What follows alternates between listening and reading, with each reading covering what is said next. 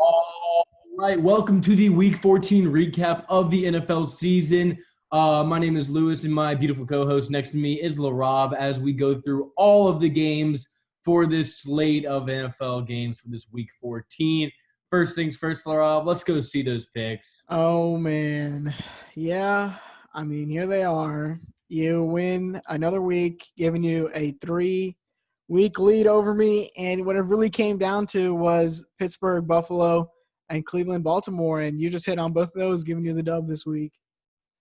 Yeah, those two primetime games that were both very interesting. At least the Baltimore-Cleveland one was extremely interesting. Potential game of the year candidates.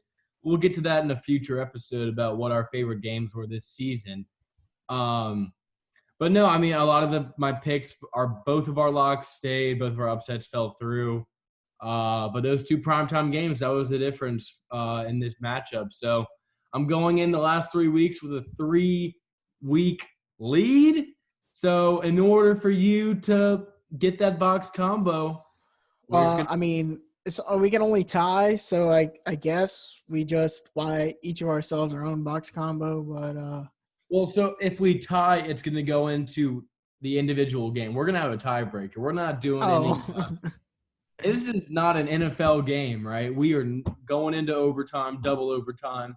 But in the playoffs, we're going to have a whole different set of rules for that matchups or for those matchups. So it'll get very, very interesting. And it could just be one game that decides the fate of a Caniac. Now, we'll get into whatever the stakes are for that situation. But first things first, Laraib, let's start going in to all of these games from this week. And let's look at last night's game between the Baltimore Ravens and the Cleveland Browns.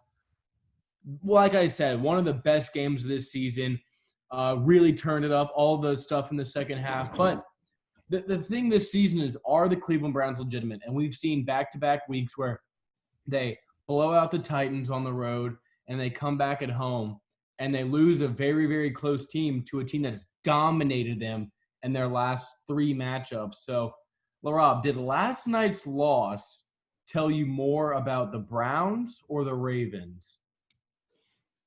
This is a tough question, Lewis, but it tells me more about the Browns. Baker Mayfield last season, disappointing for him, but this season, especially this game, was a big moment for him, and going forward is going to be a big moment for this team. I know with the Steelers' loss, they could have still caught up to the Steelers, but it doesn't look very likely at this point. But Baker Mayfield had a great game. 42 points on the Ravens' defense. That's a lot. I know most of it, or the ground game with Nick Chubb and Kareem Hunt did a great job, but I think Baker Mayfield really proved himself out there on the field. And this loss, really came down towards how poorly that defense played. But going forward in this playoffs, this is a great team. I know I've been up and down on them all season long, but Baker Mayfield did great in this game. He's really improved himself this season.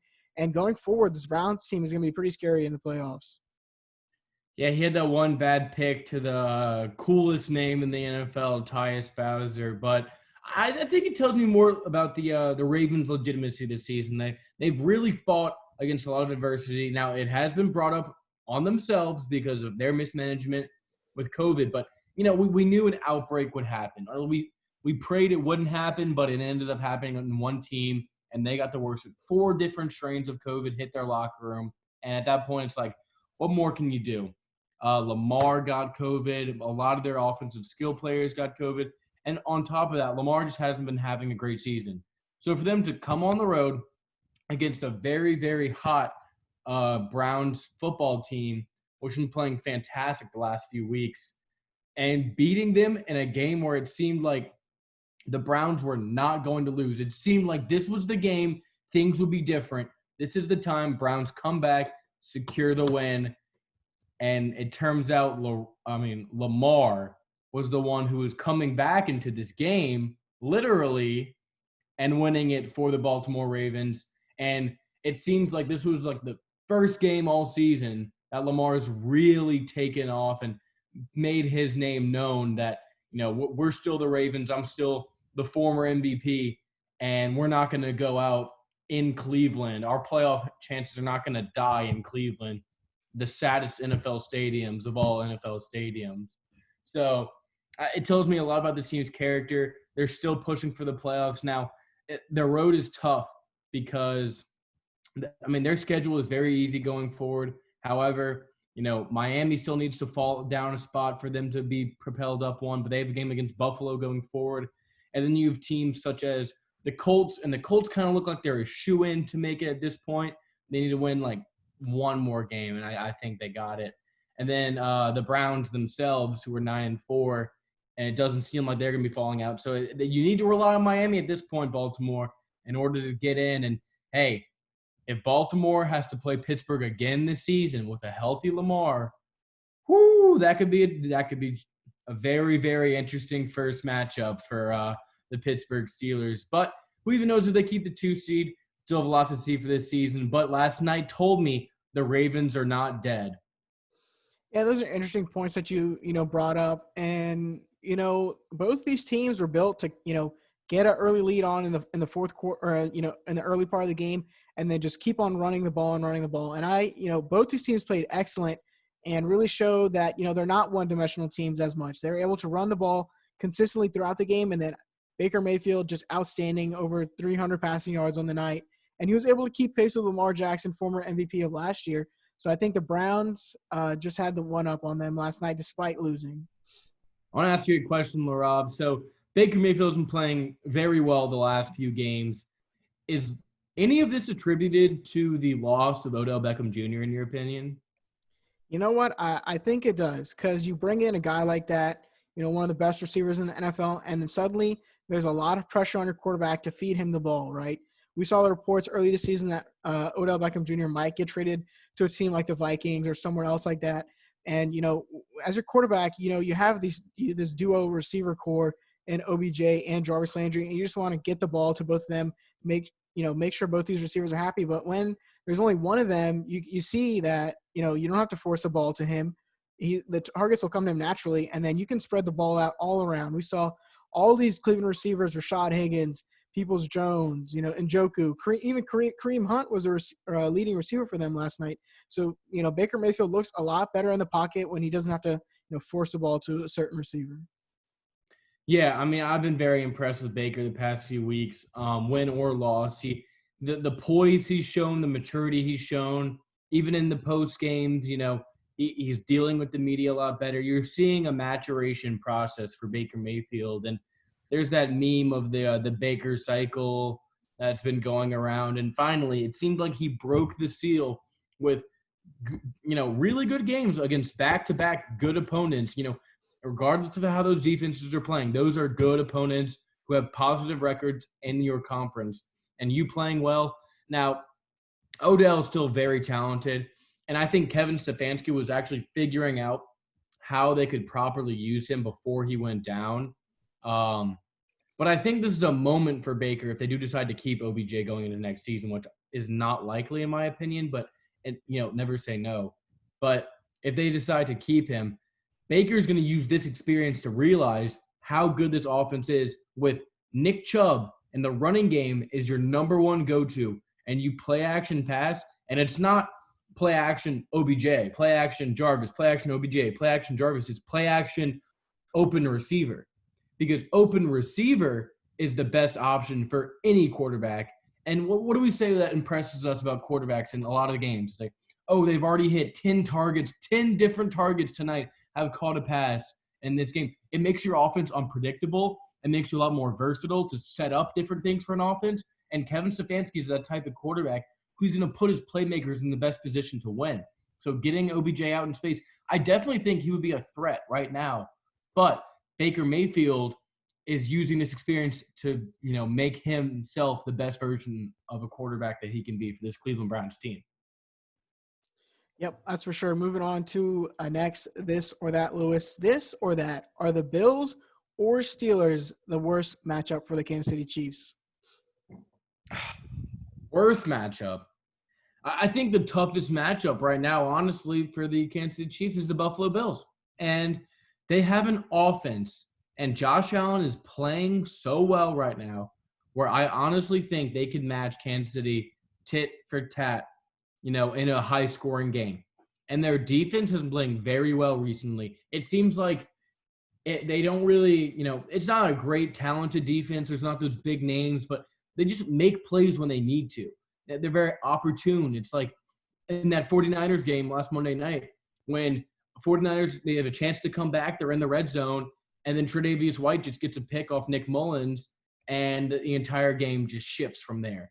And in this game, it's, offense isn't doing much in the first half, and Pittsburgh's defense is really going down. Pittsburgh just came down and scored a touchdown, and then pick six for the Bills defense. And it's just opportune at times when it needs to be. But this offense, man, with Stephon Diggs, who I feel bad. I feel like I should have put him in our top 5 receivers when we were talking about him, because the way he just gets open and gives Josh Allen such wide throwing lanes to get him the ball in space, it's unlike any other receiver really in the entire NFL, just how crisp his routes are.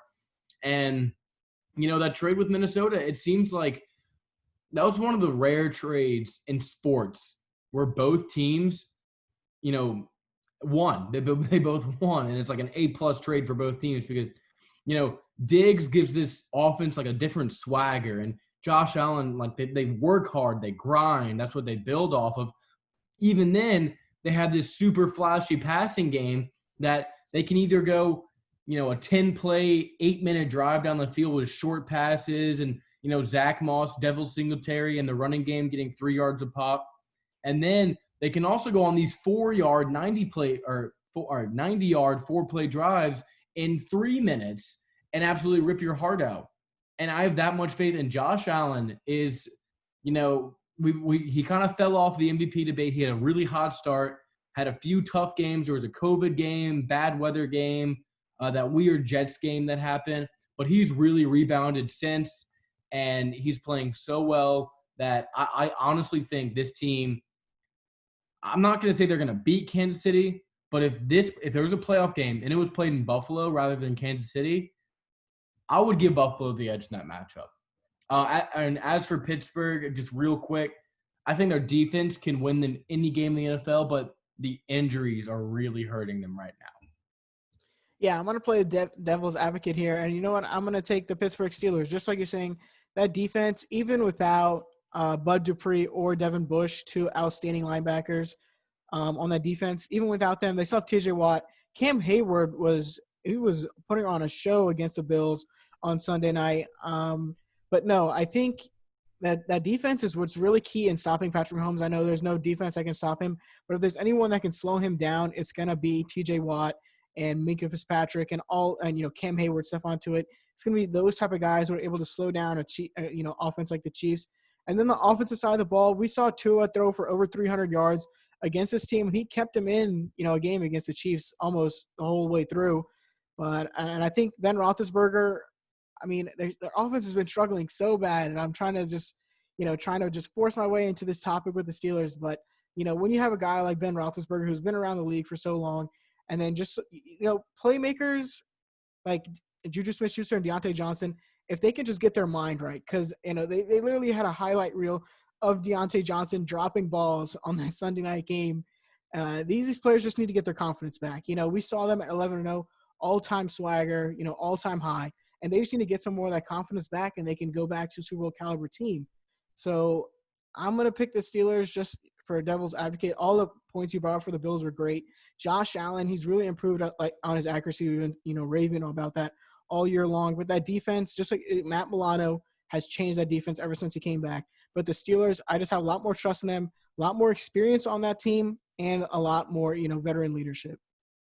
I get that. The experience part is a factor, but my thing with the Pittsburgh offense that really concerns me is I think teams are starting to figure out how to, just get after this Steelers offense because they're very predictable. And we've been talking about this. They cannot run the ball whatsoever.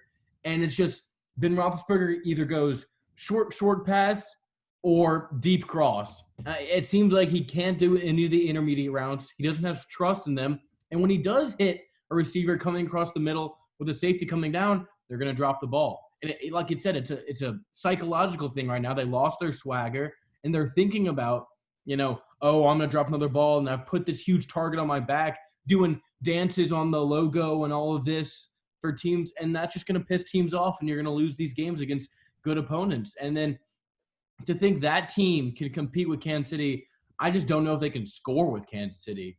I mean, and the defense is good, right? But that secondary was getting cooked. That secondary is not that good outside of Fitzpatrick because those corners cannot hold their own. Joe Hayden he's huge for this defense, but he hasn't been playing well recently. And Well, he Stephon didn't play at all, actually, in that game. Okay, well, that's also huge. Yeah, because Joe Hayden's your best corner for your team.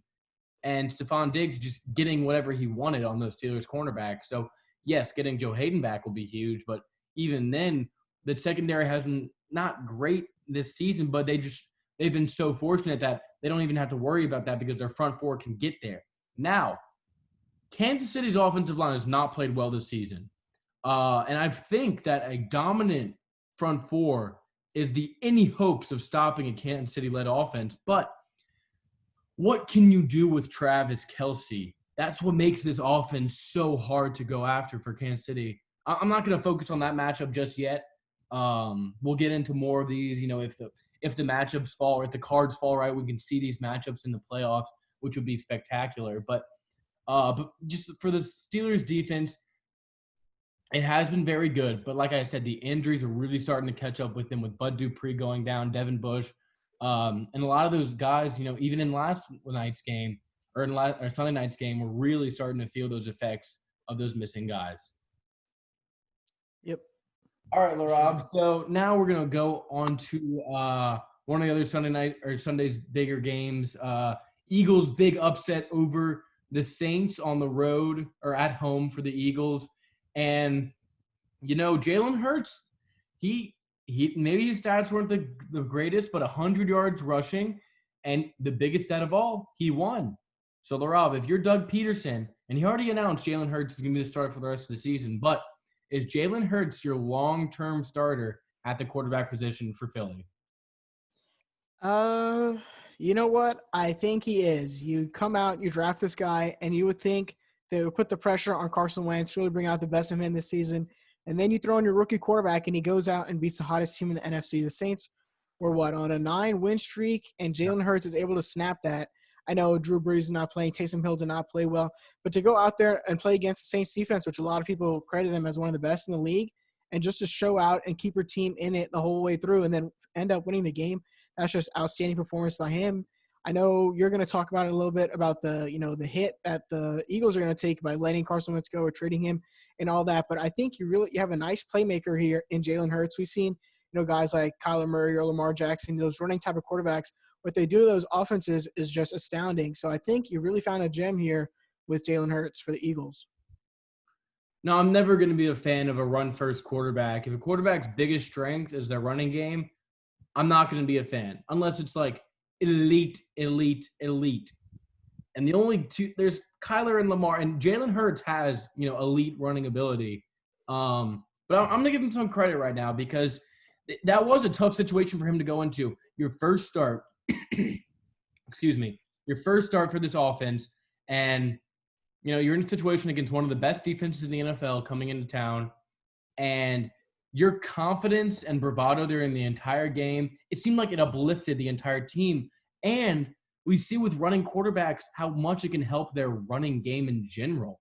We saw Miles Sanders have his, really breakout game with that long touchdown run and a lot of other splash plays here and there for that Philly offense. It seems like they finally got him working, and that offensive line got inspired by the performance because they were playing very well and protecting Jalen Hurts during that game. So,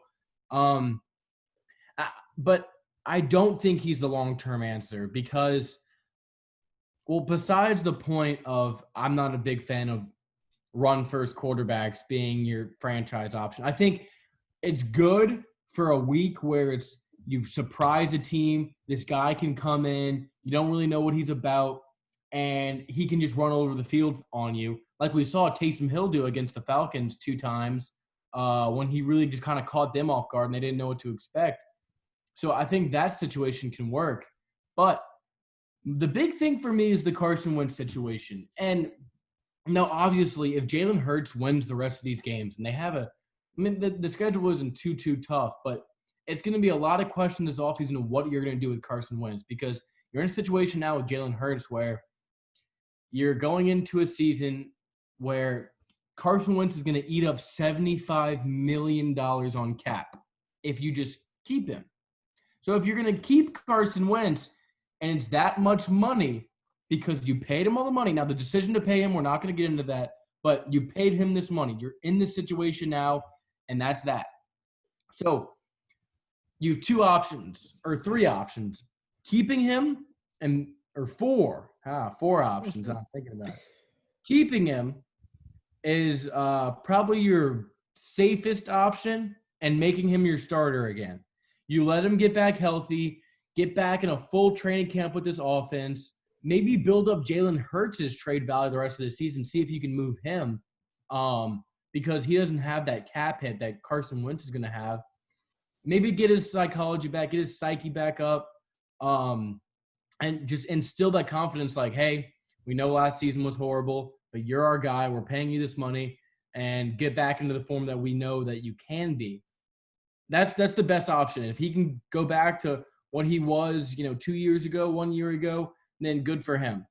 Your second option is trading him. Now, if you trade Carson Wentz, it's going to be less of a cap hit, but still $30 million against the cap next season and $15 the season prior. So that's $45 million in 2 years. You're paying a guy who's playing against you on a different team.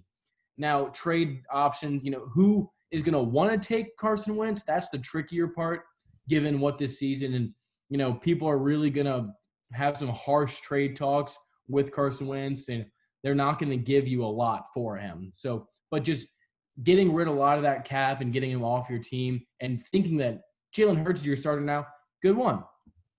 Your third least desirable, I should say. I'm ranking these in terms of Eagles' desirability of their future going forward. Third one is cutting him. Cutting him would suck. But, because that's all that cap is just going to go. You're not going to have another team pick up any bit of that contract. It's just that's all dead money on your cap. And now there's certain times when you can cut him where the price will be a lot cheaper on your cap hold, but it still is going to be a huge, around $75 million. And the worst situation, in my opinion, is keeping Carson Wentz as a backup. What are you paying that much money for a backup quarterback for? You might as well give him up. And that's the worst situation. But those are the things I can see. So in my opinion, no, I don't think Jalen Hurts is going to be the long-term starter there. One, because I just don't like running quarterbacks that much, or run first quarterbacks, I should say. And I'm not, I think this Carson Wentz thing is not over, mainly because they're in a bind. Well, I think all of it's going to come down to how Jalen Hurts finishes the season out, right? If he does great, and they only have a 12% chance of making the playoffs right now, so he probably won't bring them there. But if he has a solid outing, rest of the season, I think you have to take one on the chin as a GM, and you have to trade Carson Wentz. Now, there's some potential suitors in team like, I don't know, maybe the Colts or the Patriots. We can talk about that in another episode. Teams who quarterbacks would be going different destinations this offseason. But Jalen Hurts, I know we talk about how a new quarterback can come in and just stun a defense, right? But Jalen Hurts had an astounding performance to beat a Saints team. I know at home only by 3 points. Taysom Hill doesn't play that well, but he had a solid game. And if you keep on going like this, he has to be your go-ahead starter. We talk about all the energy that he brought to that team. You see Carson Wentz after he takes a sack, he's ripping off, the chin strap, throwing his helmet onto the sideline, sitting down. You see Jalen Hurts, get a big run. Everyone is jumping up and down on the sidelines. He's revitalizing this offense. This whole team gets energized. And that's what you want, as a football player, just to have some fun on the field. And Jalen Hurts looked like he's going to have a bright future in Philadelphia. And Carson Wentz, you just have to, at some point, if he's not working out for your team, I know, he's better than Jalen Hurts at this point, right? But at some point, you just have to take the punch on the chin and move on from him. Absolutely. But we're going to move on now to our final this or that segment. Patrick Mahomes, yes, they got the win, but 3 interceptions, a career high for Patrick Mahomes in that game. But and it was pretty shaky towards the end in that Miami game. However, Aaron Rodgers, on the other hand, 4 touchdowns against the Lions, no interceptions. And on the season, their numbers, Aaron Rodgers, 41 touchdowns or 41 total touchdowns to 4 interceptions. Patrick Mahomes, 38 total touchdowns to 5 interceptions. Laraib, right now, we've been talking about it all season, MVP discussion. Rodgers or Mahomes? Who is your MVP? Well, obviously, you're forgetting one big name that should be in the ring, Russell Wilson. But no, I am taking Patrick Mahomes. Can you tell me how many times has this Chiefs team ever been blown out this season? Blown out? Yeah, blown out of the water. Like just, like fish in a barrel, just getting shot all up and blown out of the water. Let me tell you, 0. Meanwhile, on the other hand, Mr. Aaron Rodgers, a.k.a. false MVP, has been blown out by the Tampa Bay Buccaneers. Also, he's been crapped on by the Vikings. And a 2 is greater than 0. So Patrick Mahomes, a better record, better, just overall his team has been performing a lot better, more explosive offense. Give me Patrick Mahomes. Yeah, that argument is horrible, Laura, because you know why Patrick Mahomes never been blown out?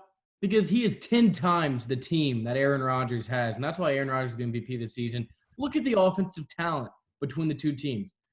Yeah, Aaron Jones is better than any running back on the Chiefs roster, but that's where it ends. Travis Kelce, 10 times better than Tanyan.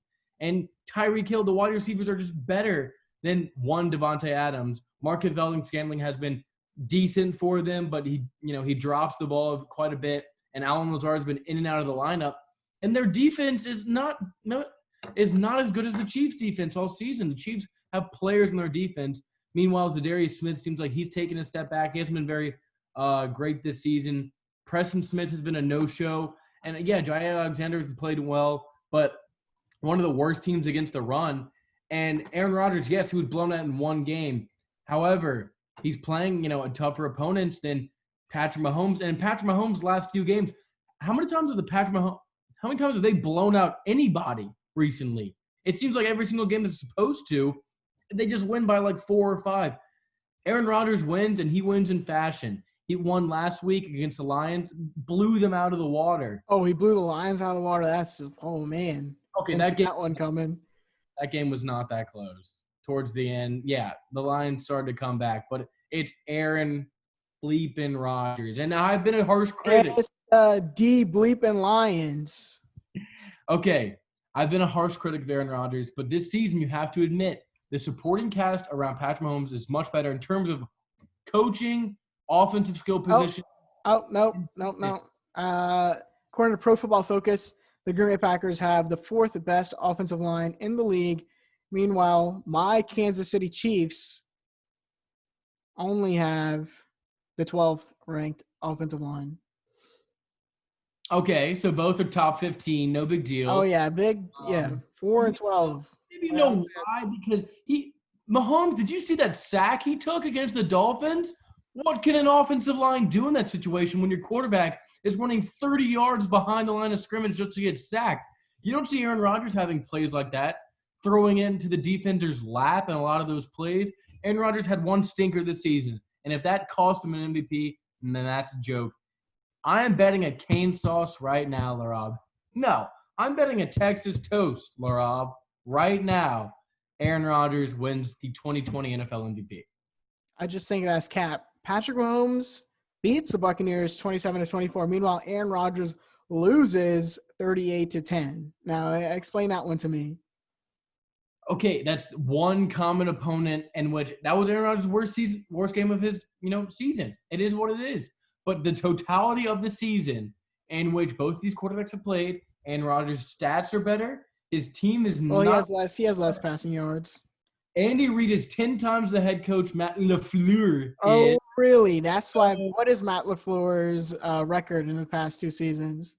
Having Aaron Rodgers will severely help that record. Well, it's 23-6. McCarthy went 9-7, and look what McCarthy's done with these Dallas Cowboys this season.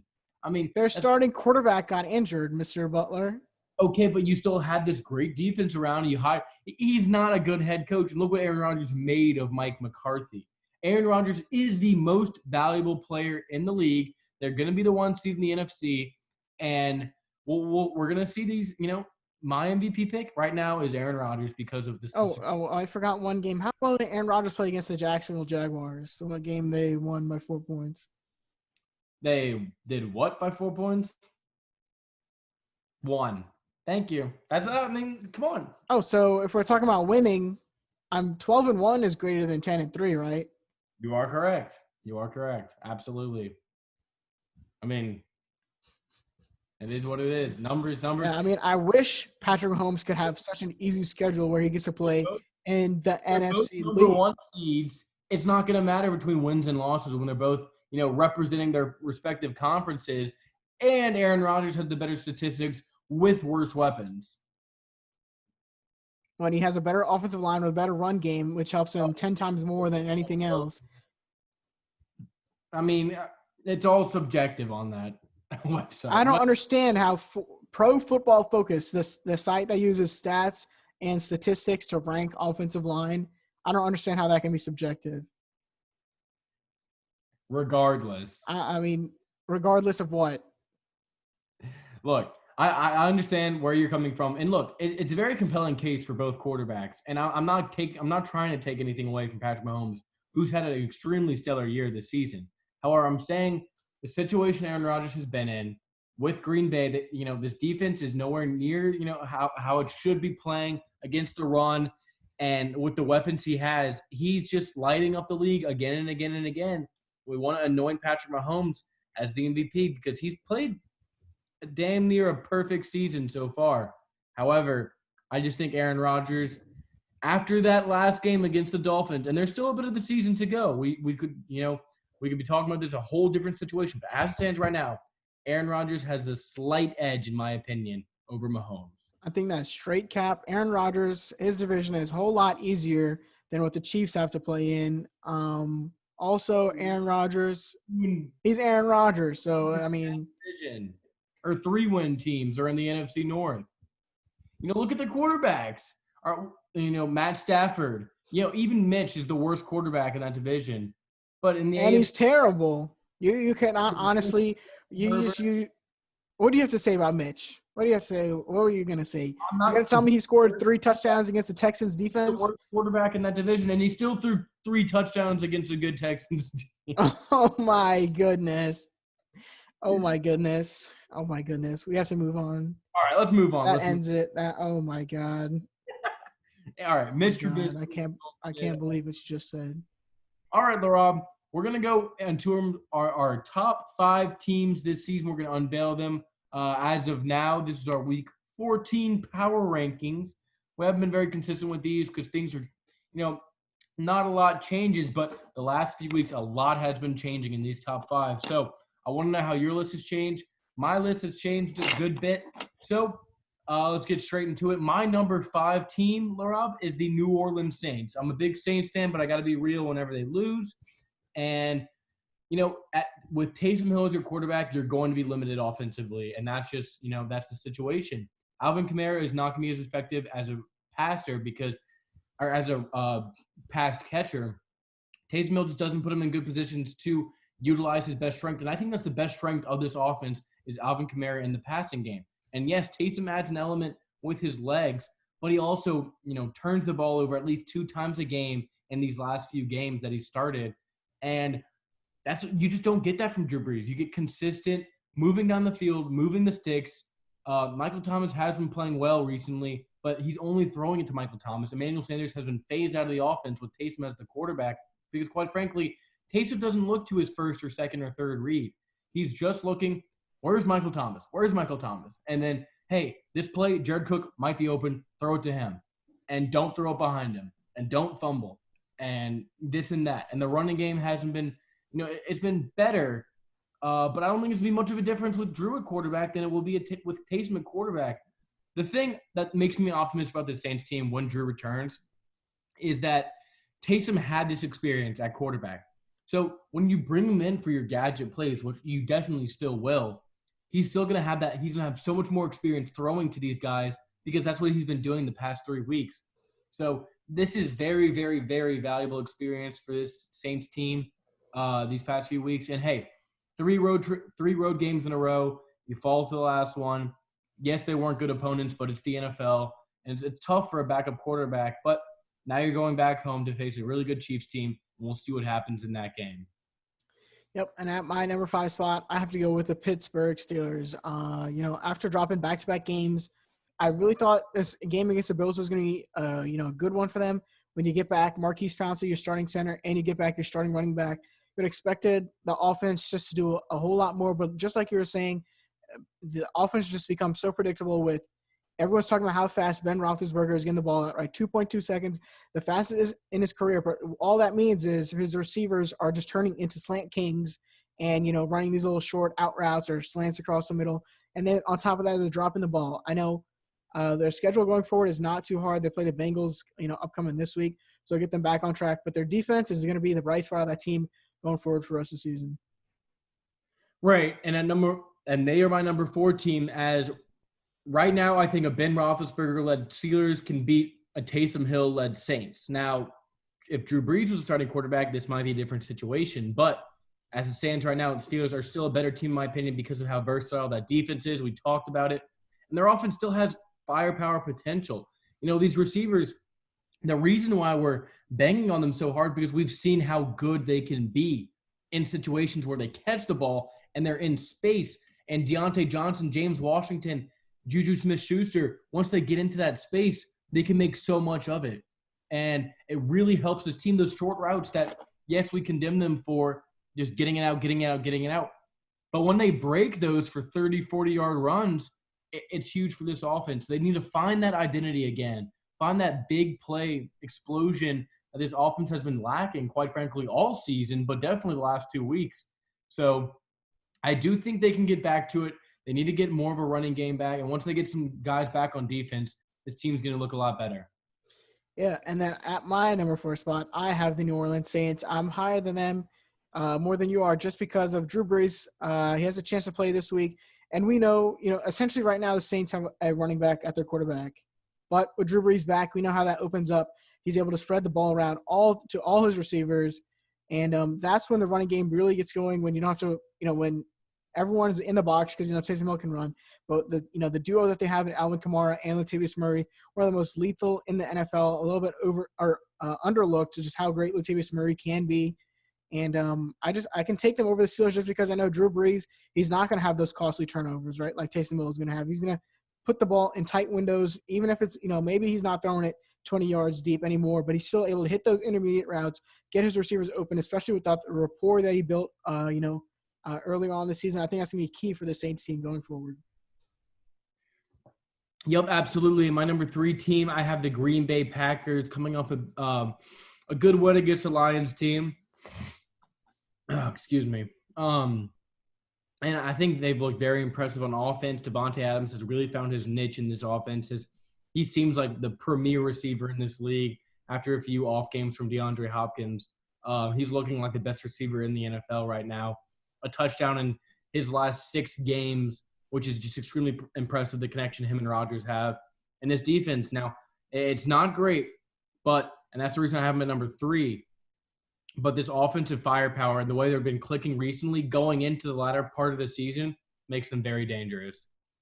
Yeah, I think you and I are going to have the same rankings going forward. But I also have the Green Bay Packers at number 3. I know Aaron Rodgers is in the MVP race right now with Patrick Mahomes. But just like you say, the constant concern is going to be the defense. They don't have the scoring, prowess like the Chiefs do. And their defense, I know they have a couple household names like Jair Alexander and Adrian Amos, but the Bills just have a lot more playmakers who actually can go out and, change the course of a game. I know their running game is, pretty good with Aaron Jones and Jamal Williams and then, Devontae Adams and Robert Tonyan, who has 9 receiving touchdowns this season. Offense is really good, but when it comes down to it in the playoffs, that defense is really going to be – have to step up to stop the run. And they're, ranked 28th or something like that in run defense, which is cause for concern. Yeah, and that's why I have the Bills ahead of them following their huge Sunday Night Football win. And just Josh Allen has been playing fantastic recently, and I have more faith in this Bills defense than I have in the Packers defense. So if they got into a shootout, I think the Bills defense could make the stops when needed, and Tre'Davious White is a good matchup on the Devontae Adams, who can really challenge that number 1 receiver and make Aaron Rodgers go to those secondary and tertiary options that really haven't been that great all season, or at least consistently great. So, but what Stephon Diggs has been doing for this offense, and they're still awaiting the return of what's his name? The receiver. It's gonna kill me. The super fast receiver that they have, Smokes is his like nickname. John Brown. John Brown, yes. And we're still awaiting his return off IR, which will be soon, according to Bill's medical team. So whenever he gets back, he's gonna add a whole nother dimension vertically for this offense. And yeah, that's why I have them in my number 2 spot. Yeah, just for the same exact reason as you said. If we talk about John Brown for a second here, he was such an important piece for this Bills team whenever they played the Seahawks early on in the season. Just his ability to stretch the field, make the defenses, play the too high safety, allowing those underneath routes to like a Cole Beasley or someone like a Stephon Diggs is just, so great for that offense. The one cause for concern I do have for this team is that run game. I know they drafted Zach Moss and then Devin Singletary, but really, they haven't had a great run game all season long. And going into the playoffs, we know that's going to be something they really need to work on. And I think our number 1 team is pretty obvious at this point. It's been our number 1 team for most of the season, or my number 1 team at least. Kansas City Chiefs, 11-1 record. They finally took that, or 12-1 record. Finally took over that number 1 seed in the AFC, and it seems like they're not really going to be looking back anytime soon. Not much to say about this team. Offense clicking. They had a tough week. See, even in a tough week, this is how good this Kansas City Chiefs team is. Patrick Mahomes, 3 interceptions. You go down 10-0. And then there's a point in that game where you're about to go up 20 points. Ridiculous offensive explosion. Ridiculous how good they can be sound defensively. And they really took over this game, and there was no really looking back. Yep, and just like you, I wonder why MVP Aaron Rodgers isn't up here. But, it has to be Patrick Mahomes, clear MVP favorite this season. And the defense, sometimes it can be bad, sometimes it can be good. But with players like Tyrann Mathieu and, Chris Jones and Frank Clark, any point in the game, you can see Tyrann Mathieu come down, lay a big hit on somebody, and just changes how, the whole course of the game. Absolutely. There's some great defensive players you just noted. Don't see those on the Packers roster. Jair Alexander, arguably the best cornerback in the NFL, but, no big deal. Pretty hard argument to say he's better than Jalen Ramsey. But we're going to move on now from our top 5 teams, moving on now to our Thursday night game. There are 2 Saturday night games. We're going to get to those in our next podcast as we get to this Los Angeles Chargers at the Las Vegas Raiders. Las Vegas is favored by 3.5. Laraib, I'll let you start with this one. What are we looking for in this matchup? Yeah, this is going to be the battle of just 2 high-powered offenses, right? I know for Derek Carr, Henry Ruggs is going to be out, so that limits some of the verticality. But, he'll make it up with Nelson Aguilar and Zay Jones. And then on the other side, rookie of the year hopeful Justin Herbert. Just the connection he's built with Keenan Allen has just been so great. Watching them work together all season long has just been astounding. And then Austin Eckler, he's played all right since he's come back from injury. But I think the whole thing about this is going to be, can the Las Vegas Raiders win this game to keep their playoff hopes alive? Currently at 7-5, they're out of the playoffs, and it's going to be really tough for them to get back in. But, it all starts right here against the Chargers team, which barely eked a win against the Falcons last week. But I think Justin Herbert and Keenan Allen will be able to expose that Raiders secondary. We know exactly what happened last week with the Colts. Just got ran off the field by Jonathan Taylor and Raheem Hines. So expect a lot from Austin Eckler and, someone like a Justin Cully or a Justin Jackson this week. Yeah, absolutely. And I just think that this Raiders offense has not been very impressive the last few games. Yes, they scored 30-plus against the Jets, but it seems like everyone can do that. It's no big deal. And they really should have lost that game. And the Chargers, they got the monkey off their back. They won a game that was close in the fourth quarter, and that was huge for them to finally get that win for this team. So, I mean, is that going to be enough to beat the Raiders at Las Vegas? I'll get to that in just a second. But the big thing for me is with Austin Eckler back in the lineup, how much more balanced this Chargers offense can be. Don't put too much pressure on Justin Herbert. And they played two really good defenses back to back. This Falcons defense has been playing pretty well the past few weeks, so I'm going to give them their credit. But going to Las Vegas, that battered defense, give me the Chargers in this game as my upset of the week already. You stole my upset, dude. Justin Herbert goes down to Las Vegas and gets it done. Give me the Chargers. I'm going to go Chargers 33, Raiders 27. Well, as someone who is down 3 weeks in the pick'ems, I have to go with the Raiders in this one. I would love to have picked the Chargers minus 3.5. Perfect opportunity here, but you just took it away from me. So give me Derek Carr. This is a big game for that team. John Gruden, if you want to make the playoffs, you got to win this game right here. Josh Jacobs, terrible performance the past couple weeks. He's thinking he's some fantasy king, posting on Instagram like, oh, I'm going to sit out this game, tricking everyone. But, hoo-ha, goes out there, scores 10 points for whoever sorry bastards started him. But this week, you're going against the Chargers team, which almost lost to the Falcons. So, you're going against the Raiders. Give me the Raiders in this one. This is going to be, no one's really going to talk about it. No one's really going to watch it. But this is just going to be one of those games where it's going to be high scoring, a lot of fun, a lot of action. Give me the Raiders 31-28. Hey, we're going to watch this game because we love the NFL. And that will conclude this episode of the Lewis and Laraib podcast. Our links to our Twitter and Instagram will be in our bio down below. Laraib, anything else you want to say before we sign off for this episode? Nope. I would like to say something. If you can send me a picture of Laraib handing me a Cane's box in any situation, my goodness. The box combo, $5 in your pocket right now. I'm just saying. 5. So I'm not putting that bet out there, but I think I'll wrap it up for this episode of the Lewis and Laraib podcast, and we will catch y'all later. Peace.